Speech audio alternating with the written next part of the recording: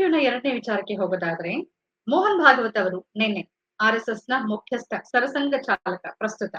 ನಿನ್ನೆ ಅವರ ಆರ್ಎಸ್ಎಸ್‌ಗೆ 100 ವರ್ಷ ತುಂಬಿರೋ ಹಿನ್ನೆಲೆಯಲ್ಲಿ ಬೆಂಗಳೂರಿನ ಒಂದು ಕಾರ್ಯಕ್ರಮಕ್ಕೆ ಆಗಮಿಸಿದ್ರು. ಈ ಕಾರ್ಯಕ್ರಮಕ್ಕೆ ಆಗಮಿಸಿದ ಸಂದರ್ಭದಲ್ಲಿ ಕರ್ನಾಟಕದಲ್ಲಿ ಇತ್ತೀಚೆಗೆ ಸರ್ಕಾರ ವರ್ಸಸ್ ಕೆಲವು ವ್ಯಕ್ತಿಗಳು ವರ್ಸಸ್ ಆರ್ಎಸ್ಎಸ್ ಅಂತ ನಡೀತಿರೋ ಅನೇಕ ವಿಚಾರಗಳಿಗೆ ಉತ್ತರಿಸುವ ಪ್ರಯತ್ನವನ್ನ ಅವರು ಭಾಷಣದಲ್ಲಿ ಮಾಡಿದ್ರು. 3-4 ವಿಚಾರಗಳನ್ನ ಅವರು ತಮ್ಮ ಭಾಷಣದಲ್ಲಿ ಪ್ರಸ್ತಾಪ ಮಾಡಿದ್ರು. ಮೊದಲನೇದಾಗಿ, ಈ ದೇಶದ ಜನ ನಿರ್ಧಾರ ಮಾಡಿದ್ರೆ ನಾಳೆ ಬೆಳಗ್ಗೆನೆ ಭಾರತ ಹಿಂದೂ ರಾಷ್ಟ್ರ ಆಗತ್ತೆ ಅನ್ನೋದನ್ನ ಅವ್ರು ಹೇಳಿದ್ರು. ಅದೇನ್ ಬಹಳ ದೊಡ್ಡ ವಿಚಾರ ಅಲ್ಲ, ಯಾವಾಗ ಬೇಕಾದ್ ಮನ್ಸ್ ಮಾಡಿದ್ರು ಆಗತ್ತೆ ಅಂತ. ಹಾಗೇನೆ ಆರ್ಎಸ್ಎಸ್ ನೋಂದಣಿ ಆಗದೆ ಇರೋದ್ರ ಕುರಿತಂತೆ ಅವರು ಸಮರ್ಥನೆಯನ್ನ ಕೊಟ್ಟರು. 1925ರಲ್ಲಿ ಸಂಘ ಸ್ಥಾಪನೆ ಆಗಿದ್ದು, ಆಗ ಬ್ರಿಟಿಷರಿದ್ರು, ಅವ್ರ ಹತ್ರ ನೋಂದಣಿ ಆಗ್ಬೇಕಿತ್ತು ಅಂತ ನೀವು ನಮ್ಗೆ ಬಯಸ್ತೀರಾ ಅಂತ ಮರು ಪ್ರಶ್ನೆಯನ್ನ ಹಾಕಿದ್ರು.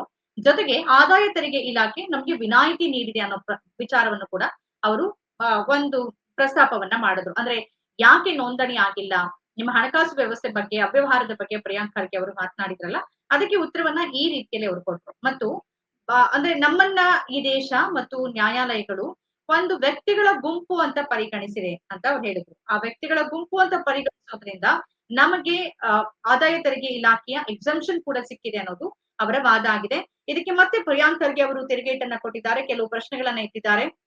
ನೋಂದಣಿ ಆಗುವಂತಹ ವ್ಯಕ್ತಿ ಕೊಡುವಂತ ಅಲ್ಲಿನ ಕೊಡುಗೆ ಇರ್ಬೋದು ಅಥವಾ ಒಂದು ದಾನ ಮಾಡೋದಿರ್ಬೋದು, ಹಣವನ್ನ ಕೊಡ್ತಾರಲ್ಲ, ಅದಕ್ಕೆ ಏನ್ ಅಕೌಂಟಬಿಲಿಟಿ ಇದೆ ಅಂತ ಹೇಳ್ತಾರೆ. ಹಾಗೆ 25ರಲ್ಲಿ ಬ್ರಿಟಿಷ್ ಇದ್ರು ನಿಜ, ಆ ನಂತರದಲ್ಲಿ ಸಂವಿಧಾನ ಬಂತಲ್ಲ, ಸ್ವಾತಂತ್ರ್ಯ ಸಿಕ್ತಲ್ಲ, ಈ ಭಾರತದ ಕಾನೂನಿನ ಅನ್ವಯ ನೀವ್ ಯಾಕೆ ನೋಂದಣಿ ಮಾಡ್ಕೊಂಡಿಲ್ಲ ಅಂತಾನು ಕೇಳಿದ್ದಾರೆ. ಒಂದು ವ್ಯಕ್ತಿಗಳ ಗುಂಪು ಹೌದು, ಆ ಗುಂಪಿಗೆ ಹಣಕಾಸು ಎಲ್ಲಿಂದ ಬರುತ್ತೆ, ಅದನ್ನ ಹೇಗೆ ನಿರ್ವಹಿಸಲಾಗತ್ತೆ, ಅದಕ್ಕೆ ಉತ್ತರದಾಯಿತ್ವ ಏನು, ಈ ಎಲ್ಲ ಪ್ರಶ್ನೆಗಳನ್ನ ಅವರು ಮುಂದಿಟ್ಟಿದ್ದಾರೆ. ಅದರ ಜೊತೆಯಲ್ಲಿ ಬಿ.ಕೆ. ಹರಿಪ್ರಸಾದ್ ಕೂಡ ಇದ್ರ ಬಗ್ಗೆ ಮಾತನಾಡಿದ್ದಾರೆ. ಅವ್ರು ಹೇಳ್ತಿದಾರಲ್ಲ, ಅಂದ್ರೆ ಹಿಂದೂ ರಾಷ್ಟ್ರ ಆಗತ್ತೆ ಅನ್ನೋದಂದ್ರೆ ಒಂದು ಕಡೆ ಅವರ ಅಂದ್ರೆ ಆರ್ಎಸ್ಎಸ್ ನ ರಾಜಕೀಯ ವಿಂಗ್ ಆಗಿರುವ ಬಿಜೆಪಿ, ನಾವು ಸಂವಿಧಾನದ ಪರಿಪಾಲಕರು ಅಂತ, ಸಂವಿಧಾನ ಜಾತ್ಯತೀತ ರಾಷ್ಟ್ರ, ಇಲ್ಲಿ ಹಿಂದೂ ರಾಷ್ಟ್ರಕ್ಕೆ ಅವಕಾಶ ಇಲ್ಲ ಅನ್ನೋದನ್ನ ಸ್ಪಷ್ಟವಾಗಿ ಹೇಳ್ತಿದ್ರು. ಮೋಹನ್ ಭಾಗವತ್ ಅವರು ಹೇಳ್ತಾ ಇದ್ದಾರೆ, ಇದು ಹಿಂದೂ ರಾಷ್ಟ್ರ ಒಂದಲ್ಲ ಒಂದು ದಿನ ಆಗೇ ಆಗತ್ತೆ, ಈ ದೇಶದ ಜನ ಮನ್ಸ್ ಮಾಡಿದ್ರೆ ನಾಳೆ ಬೆಳಗ್ಗೆನೆ ಆಗತ್ತೆ ಅಂತ. ಒಂದ್ ಕಡೆ ಸಂವಿಧಾನ ಇದೆ, ಸಂವಿಧಾನ ವಿರೋಧಿ ಹೇಳಿಕೆಗಳು ಇನ್ನೊಂದು ಕಡೆಯಲ್ಲಿ ಆರ್ಎಸ್ಎಸ್ ನ ಸರಸಂಘ ಚಾಲಕರು ಕೊಡ್ತಾ ಇದ್ದಾರೆ.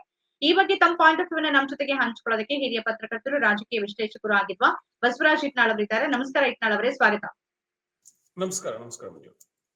ಭಾಗವತ್ ಅವರ ಭಾಷಣದ ವಿಚಾರಗಳು ತಮ್ಮ ಗಮನಕ್ಕಿದೆ ಅಂತ ಅಂದ್ಕೊಳ್ತೀನಿ. ಒಂದು 3-4 ವಿಚಾರ, ಯಾಕೆ ಸಂಘ ರಿಜಿಸ್ಟರ್ ಆಗಿಲ್ಲ, ಅದರ ಹಣಕಾಸು ವ್ಯವಸ್ಥೆ, ಟ್ಯಾಕ್ಸ್ ಎಕ್ಸಂಪ್ಷನ್ ಬಗ್ಗೆ ಮಾತಾಡಿದ್ದಾರೆ. ಅದರ ಜೊತೆಗೆ ಹಿಂದೂ ರಾಷ್ಟ್ರದ ಬಗ್ಗೆ ಮಾತಾಡಿದ್ದಾರೆ. ಒಂದಲ್ಲ ಒಂದಿನ ಆಗತ್ತೆ, ದೇಶ ಜನ ಮನ್ಸ್ ಮಾಡಿದ್ರೆ ನಾಳೆನೆ ಆಗತ್ತೆ ಅಂತ. ಏನ್ ತಮ್ಮ ಪಾಯಿಂಟ್ ಆಫ್ ವ್ಯೂ, ಈ ರೋ ಎಲ್ಲಿಗೆ ಹೋಗಿ ನಿಲ್ಲತ್ತೆ? ಅಲ್ಲ, ಈ ದಾಖಲೆ ಮತ್ತು ನೋಂದಣಿ ವಿಚಾರವಾಗಿ ಒಂದೆರಡು ಮಾತನ್ನು ಹೇಳ್ಬೇಕು. ಭಾಗವತ್ ಹೇಳ್ತಾರಲ್ಲ, ಇದೊಂದು ಸಮಾನ ಮನಸ್ಕರ ಗುಂಪು ಅನ್ನೋ ತರ ಮಾತಾಡ್ತಾರೆ. ಅದು ನೋಂದಣಿ ಆಗದೆ ಸಮಾನ ಮನಸ್ಕರ ಗುಂಪು ಆಗಿದ್ರೆ ಅದಕ್ಕೆ ಸಂಘಟನೆ ಅನ್ನೋದಿಲ್ಲ, ಅದಕ್ಕೆ ಗ್ಯಾಂಗ್ ಅಂತಾರೆ. ಈಗ ಅಂಡರ್ ವರ್ಲ್ಡ್ ಗ್ಯಾಂಗ್ಗಳಿದಾವೆ, ಅದಕ್ಕೆ ನೋಂದಣಿ ಇರೋದಿಲ್ಲ, ಬಟ್ ಸಮಾನ ಮನಸ್ಕರ ಗುಂಪೇ ಆಗಿರ್ತದೆ ಅದು.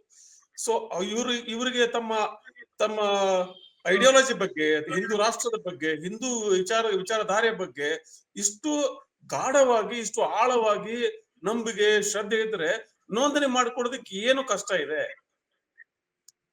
ಯಾರು ನೋಂದಣಿ ಮಾಡ್ಕೋದ್ರೆ, ನಮ್ದು 100 ವರ್ಷ ಆಯ್ತು, ಇಷ್ಟು ದೊಡ್ಡ ಸಂಘಟನೆ, ನಾವು ಬೀದಿಲಿ ಪಥಸಂಚಲನೆ ಮಾಡ್ತೇವೆ ಅಂತ ಹೇಳಿ ಅರ್ಜಿ ಕೊಡ್ತಾರೆ. ನಾವು ಹಿಂದೂಗಳನ್ನ ರಕ್ಷಣೆ ಮಾಡಕ್ ನಾವು ಹುಟ್ಟಿದೇವೆ ಅಂತ ಮಾತಾಡ್ತಾರೆ.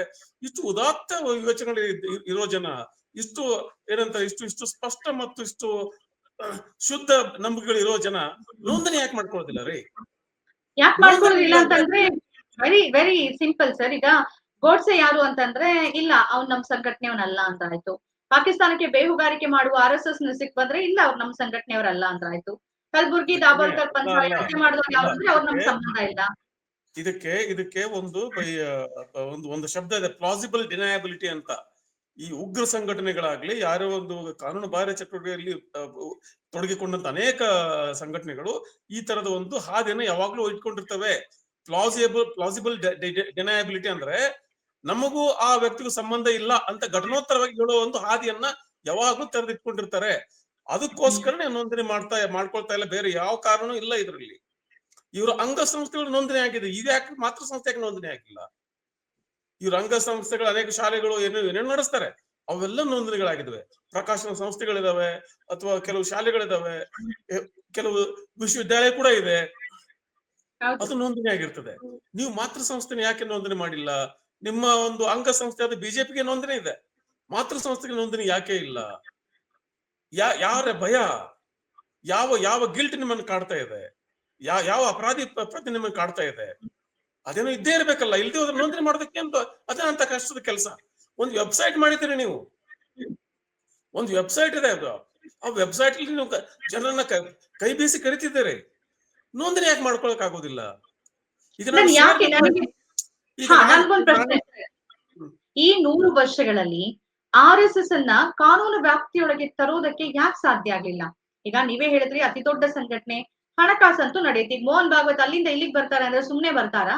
ಬರ್ಬೇಕಲ್ಲ, ಅವ್ರಿಗೊಂದು ಒಳ್ಳೆ ಭದ್ರತೆನೋ, ಒಳ್ಳೆ ಇರೋದಕ್ ವ್ಯವಸ್ಥೆನೋ, ಊಟನೋ, ಫ್ಲೈಟೋ ಎಲ್ಲ ಅಂದ್ರೆ ದುಡ್ಡು ಬೇಕಲ್ಲ. ಆ ಹಣಕಾಸು ಯಾರು? ಬೇರೆ ಬೇರೆ ಕಡೆಯಲ್ಲಿ ಅವರು ಕಾರ್ಯಾಚರಣೆಯನ್ನು ನಡೆಸ್ತಾರಲ್ಲ, ಸಂಘಟನೆ ಅದು ಇದು ಅಂತ ಏನೇನೋ ನಡೆಸ್ತಾರೆ, ಅದೆಲ್ಲದಕ್ಕೂ ಹಣಕಾಸು ವ್ಯವಸ್ಥೆ ಬೇಕಲ್ಲ. ಇದೆಲ್ಲದಕ್ಕೂ ಒಂದು ಅಕೌಂಟಬಿಲಿಟಿ ಇರ್ಬೇಕಾಗತ್ತೆ. ಆ ಅಕೌಂಟಬಿಲಿಟಿಯನ್ನ ತರೋದಕ್ಕೆ ಸಾಧ್ಯ ಆಗದೆ ಇರೋದಕ್ಕೆ ಏನ್ ಕಾರಣ? ಮತ್ತು ನಿರಂತರವಾಗಿ ಆದಾಯ ತೆರಿಗೆ ಇಲಾಖೆ ಕೂಡ ಅವರಿಗೆ ವಿನಾಯಿತಿಯನ್ನು ಕೊಟ್ಟಿದೆ. ಇದಕ್ಕೆ ಏನ್ ಕಾರಣ? ಈಗ ಆದಾಯ ತೆರಿಗೆ ಇಲಾಖೆ ವಿನಾಯಿತಿ ಕೊಡೋದು ಅಂಗಸಂಸ್ಥೆಗಳಿಗೆ ಬರೋ ದಾನ ದತ್ತಿಗಳಿಗೆ, ATG ATGL ಅಲ್ಲಿ ಕೆಲವೊಂದು ಪ್ರೊವಿಷನ್ ಇದೆ. ಆದ್ರೆ ಈ ಒಂದು ನೋಂದಣಿ ಆಗದ ಸಂಸ್ಥೆಗೆ ಹಣ ಹೆಂಗೆ ಬರ್ತದೆ? ನೋಂದಣಿ ಆಗದ ಸಂಸ್ಥೆಯ ಒಬ್ಬ ಮುಖ್ಯಸ್ಥ ಯಾವ ಖರ್ಚಿನಲ್ಲಿ ವಿಮಾನದಲ್ಲಿ ಓಡಾಡ್ತಾರೆ, ಇದೆಲ್ಲವನ್ನು ಕೇಳಬೇಕಾದ್ದು ಸರ್ಕಾರ. ನೀವು ನೋಂದಣಿ ಮಾಡ್ಕೊಂಡಿಲ್ಲ, ನಿಮ್ಮ ಸಂಸ್ಥೆ, ನಿಮ್ಮ ಸಂಘ ಇತರ ಇಷ್ಟು ಶಾಖೆಗಳನ್ನ ಇಂಥ ಜಾಗಗಳಲ್ಲಿ ಸತತವಾಗಿ ನಡೆಸ್ಕೊಂಡು ಬರ್ತಾ ಇದ್ದೀರಿ, ನಿಮ್ಮ ನೋಂದಣಿ ಕಾಗದ ಪತ್ರ ಕೊಡಿ, ಇಲ್ದೇ ಹೋದ್ರೆ ನಿಮ್ಮನ್ನ ನಿಷೇಧ ಮಾಡ್ಬೇಕಾಗ್ತದೆ ಅಂತ ಒಂದು ನೋಟಿಸ್ ಯಾಕೆ ಕೊಟ್ಟಿಲ್ಲ? ನೀವು ನೋಂದಣಿ ಆಗದ ಸಂಸ್ಥೆ ಕೆಲಸ ಮಾಡೋದು ನಿಷೇಧಿತ ಸಂಸ್ಥೆ ಆಗುತ್ತೆ ತಾನೇ ಅದು? What is unregistered, it is prohibited by, it can be considered as prohibited organization. ಅವ್ರ ವಾದ ಏನಿದೆ ಅಂದ್ರೆ ನೋಂದಣಿ ಭಾರತದಲ್ಲಿ ಸಂಘಟನೆಯ ನೋಂದಣಿ ಕಡ್ಡಾಯ ಅಲ್ಲ ಅಂತ ಅವ್ರ ವಾದ ಇದೆ. ಕಡ್ಡಾಯ ಅಲ್ಲ ಅಂದ್ರೆ ನೀವು ದೊಡ್ಡ ಸಂಘಟನೆ ಆಗಿ ಒಂದು ಇನಿಷಿಯೇಟಿವ್ ತಗೋಬೇಕಲ್ಲ. ನೀವು ಕಡ್ಡಾಯ ಅಲ್ಲ ಅಂತ ಹೇಗೆ ಹೇಳ್ತೀರಿ? ನೀವು ನೋಂದಣಿ ಅಲ್ಲ ರೀ. ಈಗ ನೀವು ಸಂಸ್ಥೆ ನಡೆಸ್ತಿದ್ದೀರಿ, ಸದಸ್ಯರನ್ನ ಕರಿತಿದ್ರಿ, ಅಲ್ಲಿ ನಿಮ್ಗೊಂದು ಯೂನಿಫಾರ್ಮ್ ಇದೆ, ಕೋಡ್ ಆಫ್ ಕಾಂಡಕ್ಟ್ ಇದೆ, ಎಲ್ಲವೂ ಇದೆ.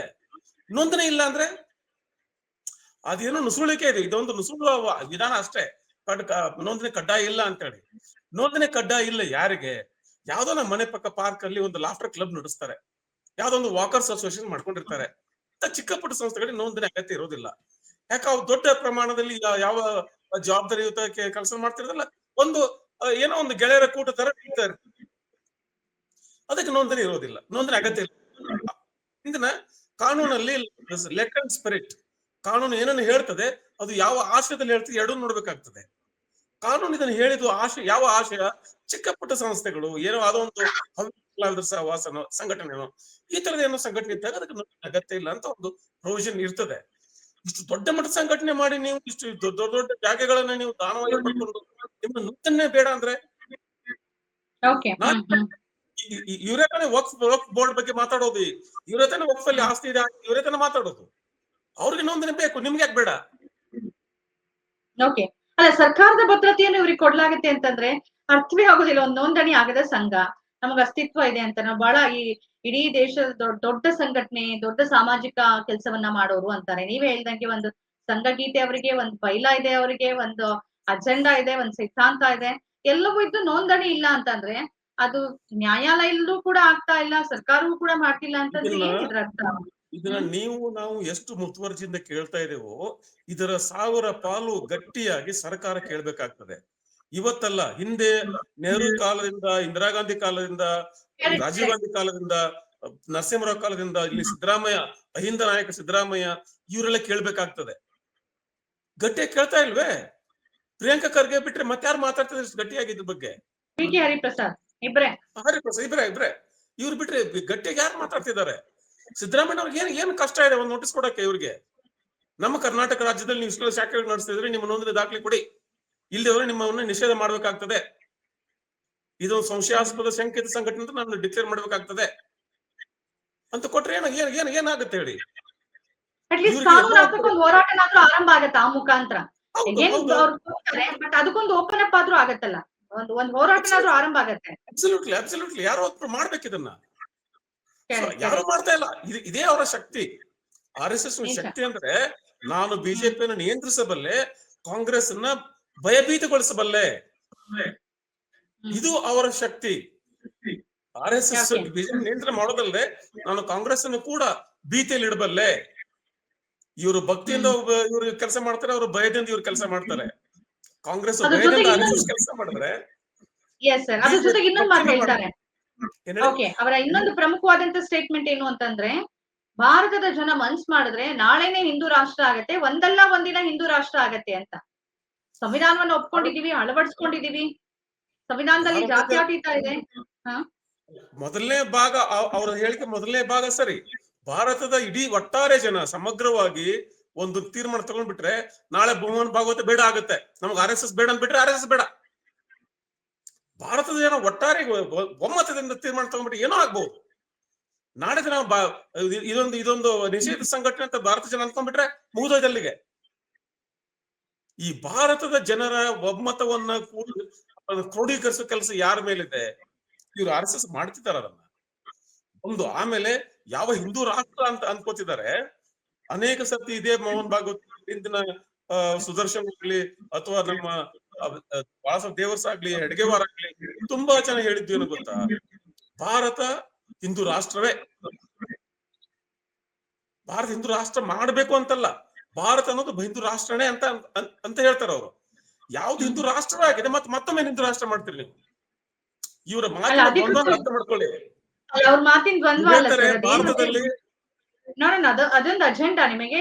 ಅದಕ್ಕೆ ಅವರು ಅಲ್ವಾ ಈಗ ಜಾತ್ಯತೀತ ಸಮಾಜವಾದ ಪದವನ್ನ ಯಾಕೆ ತೆಗಿಬೇಕು, ಜಾತ್ಯತೀತ ಪದದ ವಿರುದ್ಧ ಅವ್ರಿಗೆ ಯಾಕೆ ಅಷ್ಟು ಅಸಹನೆ ಅಂತಂದ್ರೆ, ಸಂವಿಧಾನದಲ್ಲಿ ಜಾತ್ಯತೀತ ಇರಬಾರದು, ಆ ಪದ ತೆಗೆದು ಹಾಕ್ಬೇಕು, ಹಿಂದೂ ರಾಷ್ಟ್ರ ಅಂತ ಅಧಿಕೃತವಾಗಿ ಘೋಷಣೆ ಆಗ್ಬೇಕು ಅಂತ ನೇಪಾಳ ತರ. ಆ ತರ ಆಗೋ ಅದೊಂದು ತಿರುಕನ ಕನಸು. ಬಹಳ ಕೇರ್ಫುಲ್ ಆಗಿ ಹೇಳ್ತಿದ್ದೆ, ಅದೊಂದು ತಿರುಕನ ಕನಸು.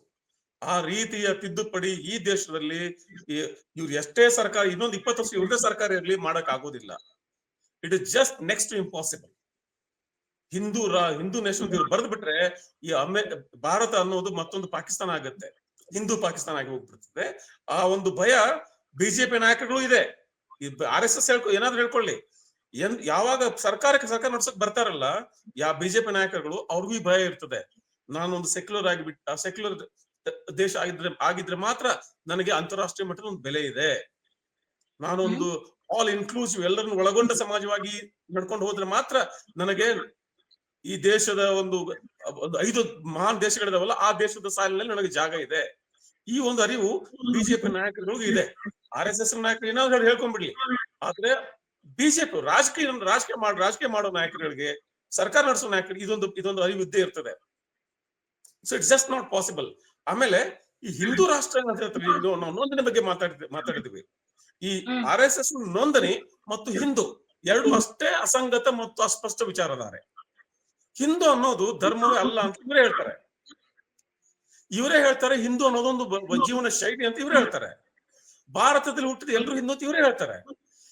ಕೆಲಸ ಮುಗಿದೋಯ್ತಲ್ಲ. ಮತ್ತೆ ಇದು ಹೇಗೆ ಅಂದ್ರೆ ಅಣುವಲ್ಲೂ ರಾಮನನ್ನ ನೋಡ್ತೀವಿ ಅಂತ ಹೇಳ್ತಾರೆ ಅವರು. ಪ್ರತಿಯೊಂದು ಒಂದು ಕಸದ ಧೂಳಿನಲ್ಲೂ ಕೂಡ ಈ ಒಂದು ಭೂಮಂಡಲದ ಒಂದು ಮಣ್ಣಿನ ಕಣಗಳಲ್ಲೂ ಕೂಡ ರಾಮ ಇದ್ದಾನೆ ಅಂತ ಹೇಳಿದ್ಮೇಲೆ ರಾಮನಿಗೆ ಒಂದು ಸಪರೇಟ್ ದೇವಸ್ಥಾನ ಯಾಕೆ ಕಟ್ಬೇಕು? ಈ ದೇಶದಲ್ಲಿ ಹುಟ್ಟಿದ ಪ್ರತಿಯೊಬ್ಬನು ಹಿಂದೂ ಆದ್ಮೇಲೆ ಹಿಂದೂ ರಾಷ್ಟ್ರ ಅನ್ನೋದು ಎಲ್ಲಿದೆ? ಅದು ಆ ಕಲ್ಪನೆ ಅಸಂಗತ ಅಲ್ವಾ? ಅದು ಅಸಂಗತ. ಇಲ್ಲ, ಮುಸ್ಲಿಮರು, ಕ್ರಿಶ್ಚಿಯನ್ನರು, ಬೌದ್ಧರು, ಜೈನರ ಬಗ್ಗೆ ಅವ್ರಿಗೆ ಏನು ಆತರದ ಸಮಸ್ಯೆ ಇಲ್ಲ. ಮತ್ತೆ ಶ್ರೇಣೀಕೃತ ವ್ಯವಸ್ಥೆ ಇರ್ಬೇಕಲ್ಲ ಅವರ ಕಲ್ಪನೆಯ. ಹಿಂದೂ ಇವರ ಬಾಯಲ್ಲಿ ಹಿಂದೂ ಅಂತ ಮಾತು ಬರ್ತದೆ, ಆದ್ರೆ ಮನಸ್ಸಲ್ಲಿರುವುದು ಮನುವಾದ. ಬಾಯಲ್ಲಿ ಹಿಂದೂ, ಮನಸ್ಸಲ್ಲಿ ಮನುವಾದ. ಅದನ್ನ ಬಹಿರಂಗ ಹೇಳ್ಕೊಳಕ್ ಆಗೋದಿಲ್ಲ.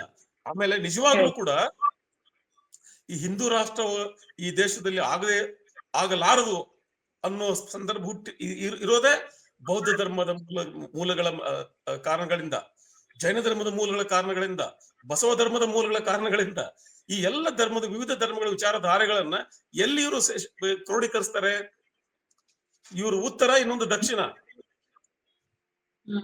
ಬುದ್ಧ ಹೇಳ್ತಾನೆ ದೇವರೇ ಇಲ್ಲ, ನಿನ್ನ ಕರ್ಮವೇ ನಿನ್ನ ದೇವ್ರ ಅಂತ ಹೇಳ್ತಾನೆ. ಕಾಯಕವೇ ಕೈಲಾಸ ಅಂತ ಬಸವಣ್ಣ ಹೇಳ್ತಾನೆ. ಜೈನ ಧರ್ಮದಲ್ಲಿ ಇಲ್ಲೇನೆ ಸ್ವರ್ಗ ನರಕ ಇಲ್ಲೇನೆ ಅಂತ ಜೈನ ಧರ್ಮ ಹೇಳ್ತದೆ. ಎಲ್ಲಿಗೆ ಹೋಯ್ತು ಇವ್ರದ್ದು? ಎಲ್ಲಿದೆ ಇವ್ರಿಗೆ ಸಾಮ್ಯತೆ? ಅಲ್ಲ, ಬಟ್ ಬಸವ ಧರ್ಮವನ್ನ ಬಡ್ದು ಬಾಯಿಗೆ ಹಾಕೊಂಡಿದಾರಲ್ಲ, ಅದು ಹಿಂದೂ ಧರ್ಮದ ಒಂದು ಶೈವ ಪರಂಪರೆ ಅಂತ ಅದನ್ನ ಮುಗಿಸ್ಬಿಟ್ಟಿದಾರಲ್ಲ ಈಗ. ಸ್ವತಂತ್ರ ಧರ್ಮ ಅನ್ನೋದಕ್ಕೆ ಅದಕ್ಕೊಂದು ಅಸ್ತಿತ್ವನೇ ಸಿಗ್ತಾ ಇಲ್ವಲ್ಲ. ಅಲ್ಲ ಆ ಧರ್ಮದ ಡಿಬೇಟ್ ಬೇರೆ, ಆದ್ರೆ ಈ ಒಂದು ವಿಚಾರಧಾರೆ ಇರುತ್ತೆ ಅಲ್ಲ, ಅದನ್ನ ಮುಗ್ಸಕ್ಕಾಗಲ್ಲ. ನೀವು ಬಸವಣ್ಣನ ವಿಚಾರವನ್ನ ಮುಗ್ಸಕ್ಕಾಗಲ್ಲ. ನೀವು ಬಸವಣ್ಣನ ಹೆಸರು ಹೇಳ್ಕೊಂಡು ಕೆಲವೊಂದು ಸಮುದಾಯಗಳು, ಕೆಲವೊಂದು ಜಾತಿಗಳನ್ನ ನೀವು ಒಳಗಾಕೋಬಹುದು ರಾಜಕೀಯ ಕಾರಣಗಳಿಗೋಸ್ಕರ. ಅಲ್ಲ ಆದ್ರೆ ಬಸವ ಎಲ್ಲದಕ್ಕೂ ವಿಚಾರ ಈಗ ನಿಮ್ಗೆ ನೆನ್ಪಿದ್ಯಾ ಬೌದ್ಧ ಧರ್ಮದ ಸ್ಥಾಪಕರನ್ನು ಅಥವಾ ಜೈನ ಧರ್ಮದ ಸ್ಥಾಪಕರನ್ನು ಈ ಪರಂಪರೆಯ ಒಂದೊಂದು ಅವತಾರಗಳು ಅಂತ ಅದನ್ನ ಹೇಳ್ತಾರೆ. ಈಗ ಬಸವಣ್ಣಂಗೂ ಒಂದು ಅವತಾರ, ಬುದ್ಧನಿಗೂ ಒಂದು ಅವತಾರ, ಹಂಗೇನೆ ತೀರ್ಥಂಕರರಿಗೆ ಒಂದು ಅವತಾರ. ಅಲ್ಲ ಬುದ್ಧನನ್ನ ಇವರು ವಿಷ್ಣುವನ್ನ ಕೊನೆಯ ಅವತಾರ ಅಂತ ಮಾಡಿ ಆಗಿದೆ. ಮುಂದಿನ ಅವತಾರ ಬಸವಣ್ಣ, ಅದ್ರ ಮುಂದಿನ ಅವತಾರ ಮಹಾತ್ಮ ಗಾಂಧಿ.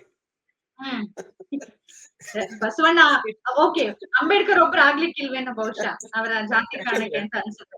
ಸೊ ಅದೇನೇ ಇವರು ಸರ್ಕಸ್ ಮಾಡಿದ್ರು ಕೂಡ ಇಡೀ ಒಟ್ಟಾರೆಗೆ ಜಾಗತಿಕ ಹರಿವು ಯಾವ ಕಡೆ ಇದೆ, ಇವತ್ತಿನ ಜಾಗತಿಕ ಆರ್ಥಿಕ ಮತ್ತು ತಾಂತ್ರಿಕ ಮತ್ತು ವೈಜ್ಞಾನಿಕ ಹರಿವು ಯಾವ ಕಡೆ ಇದೆ, ಅದಕ್ಕೆ ತದ್ವಿರುದ್ಧವಾಗಿ ಮಾತಾಡಿದ್ರೆ ಅದಕ್ಕೆ ಹುಚ್ಚ ಅಂತಾರೆ ಅಷ್ಟೇ ಇವ್ರಿಗೆ. ಅದನ್ನ ಏನಾಗೋದಿಲ್ಲ ಈಗ. Okay, correct. ಅಂಥವರ ಹೇಳಿಕೆಗಳು ಹೆಚ್ಚು ವಿಜೃಂಭಿಸ್ತಿರುವಾಗ, ಅವರಿಗೆ Z+ ಭದ್ರತೆಯನ್ನ ಸರ್ಕಾರ ಕೊಡುವಾಗ, ಅವರ ಹೇಳಿಕೆಗಳನ್ನ ಮಾಧ್ಯಮಗಳು ಬಿತ್ತರಿಸುವಾಗ ಪ್ರಾಮುಖ್ಯತೆ ಪಡ್ಕೊಳ್ಳುತ್ತೆ. ಅದು ಹುಚ್ಚುತನದ ಹೇಳಿಕೆನೋ ಅಥವಾ ಇನ್ನೊಂದು. ಆ ಹುಚ್ಚುತನದ ಹೇಳಿಕೆಯನ್ನೇ ಸರಿಯಾದ ಹೇಳಿಕೆ ಅಂತ ಬಿಂಬಿಸುವಾಗ ಆತಂಕ ಮೂಡುತ್ತೆ. ಆತಂಕ ಮೂಡುತ್ತೆ, ನಿಜವಾಗ್ಲೂ ಆತಂಕ ಮೂಡುತ್ತೆ. ಯಾಕಂದ್ರೆ ನೀವು ಇವರ ಅನೇಕ ವೆಬ್ಸೈಟ್ ಗಳನ್ನ, ಇವ್ರ ಅಂಗಸಂಸ್ಥೆ ವೆಬ್ಸೈಟ್ ಗಳನ್ನ ನಾನು ನೋಡಿದಾಗ ಈ ತರದ ಕಲ್ಪನೆಗಳಿದಾವಲ್ಲಪ್ಪ ಇವ್ರ ಕಡೆ, ನನಗೂ ಆತಂಕ ಆಗುತ್ತೆ. ಆದ್ರೆ ಅದ್ರ ಆಚೆ ನಾನು ಬೀದಿಲಿ ಹೋಗುವಾಗ, ಜನರ ಜೊತೆ ಮಾತಾಡುವಾಗ ಇಂಪಾಸಿಬಲ್ ಅನ್ಸುತ್ತೆ ಇದೆಲ್ಲ ಇಂಪಾಸಿಬಲ್ ಅನ್ಸುತ್ತೆ.